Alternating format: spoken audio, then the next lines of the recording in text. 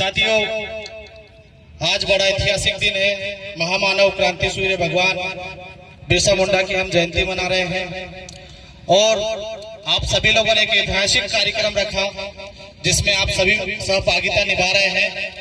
साथियों, कुछ चीजें जो होती हैं वो हमें दिखाई नहीं देती है और कुछ चीजें होती हैं जो दिखाई देती है पर हम उस पर काम नहीं कर पाते हैं।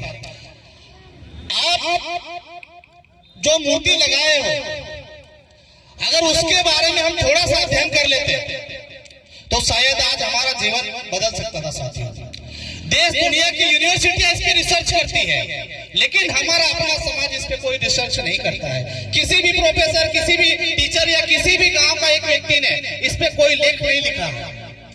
मैं आप लोगों को कहना चाहता हूं कि भगवान बिरसा मुंडा वो सारे पाखंडवाद के जाल से घिरे हुए थे, चाहे ईसाई धर्म हो, चाहे हिंदू धर्म हो, चाहे पारसी धर्म हो, वहां से निकल कर आए। और किस लिए आए? आपके जल जंगल जमीन को बचाने के लिए आए।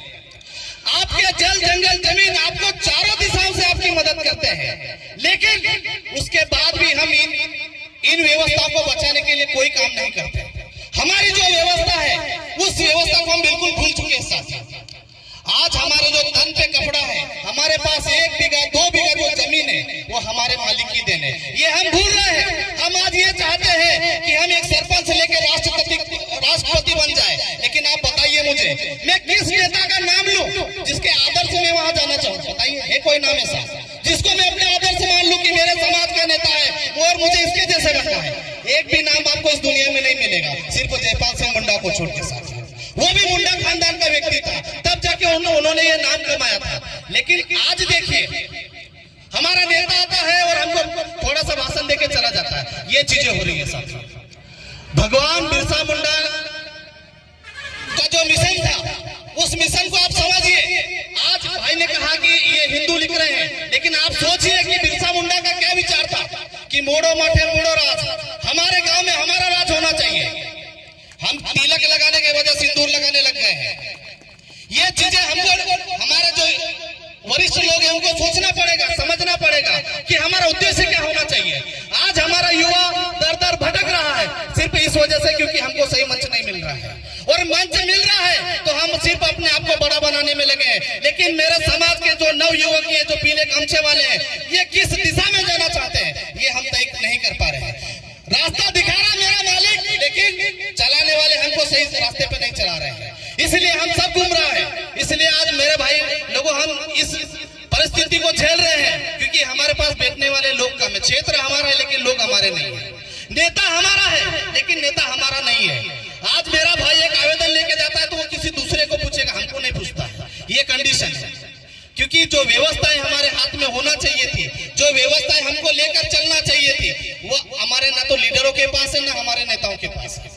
आज भी हमको इन भीख मांगों के सामने भीख मांगना पड़ता है, इन बाजारों के आगे हमारे लोगों को दर दर भटकना पड़ता है, तब जाके उनके खेत में जो सिंचाई की जो दवाइयां मिलती है वो बड़ी मेहनत से, बड़े कर्जे से मिल पाती है।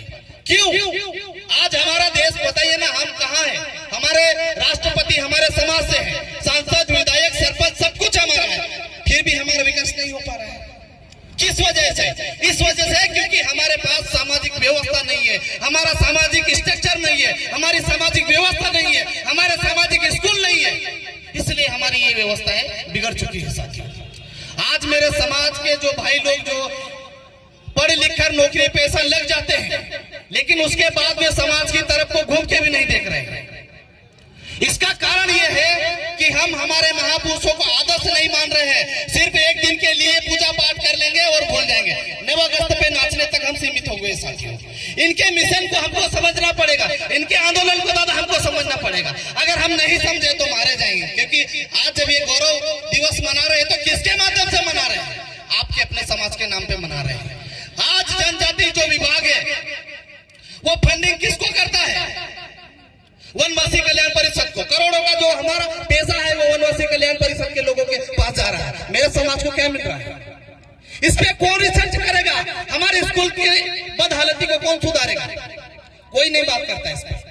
अगर मेरे जो नेता आज आए थे वो इस मंच से मेरे समाज को संबोधित करते तो मुझे खुशी होती कि आप सही लाइन पे हो, लेकिन कहाँ?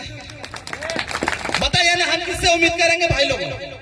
इसलिए आप लोगों से उम्मीद करता हूं कि भाई चाहे लाख लोग हो चाहे एक व्यक्ति बैठे, हमको अपनी बात रखना है और हमारे समाज के एक एक युवा को समझाना है कि पहले भगवान बिरसा मुंडा को पढ़े, कि उनका उद्देश्य क्या था। 4 लोग थे उनकी टीम में, 4 लोगों से 4000 हुए और लड़े तो अब बंदूकों के सामने लड़े, सिर पर निहत्थे तीर कमान से, हमारे हाथ से बनाए तीर कमान से, जिसकी अंग्रेजों की सेना के साथ में कोई मुकाबला नहीं था। मरे लेकिन डरे नहीं, चिमटा से उनके सिर खाल उचड़ी गई और बोला गया कि हेजा से मरा। हेजा से नहीं मरा भाई लोग, किस किताब में लिखा है बताइए? और लिखने वाले कौन थे? इतिहास के पन्नों में हमारे महापुरुषों को दफना दिया, कहीं पर भी आपको सिलेबस में नहीं मिलेगा। आपको गांधी जी के बारे में मिल जाएगा, नेहरू जी के बारे में मिल जाएगा, लेकिन भगवान बिरसा मुंडा, तिलका मांझी, टंट्या भील जैसे महान योद्धाओं के बारे में नहीं मिलेगा, जिसपे देश दुनिया रिसर्च करती है। ऐसे क्रांतिकारियों के बारे में आपको सिलेबस में किसी भी किताब में नहीं मिलेगा। कुछ गिने चुने राइटर्स ने उनके बारे में लिखा है, लेकिन वो भी मेरे समाज के तबके के पास नहीं पहुंचा। अगर ये क्रांतिकारी ज्वाला अगर मेरे समाज के पास होती या मेरे समाज को इसके बारे में पता होता तो मेरा समाज कहां से कहां तक होता, इन बाजारों की दुकान नहीं लगती, ये मुझे यकीन था। साथियों सभी को जोहार। और मैं एक बात बोलना चाहूंगा कि आने वाली 17 तारीख को 17 नवंबर को ग्राम बागदरा तहसील महेश्वर में भगवान बिरसा मुंडा के कार्यक्रम रखा गया है, जिसमें आप सभी साथी सादर आमंत्रित थे। और 4 दिसंबर को पाताल पानी में भगवान टंट्या भील का शहादत दिवस एवं बिरसा मुंडा जयंती संयुक्त रूप से भगवान टंट्या भील की कर्मस्थली पाताल पानी में मनाया जाएगा, जिसमें आप सभी लोग सादर आमंत्रित थे। सबको जोहार, जय आदिवासी।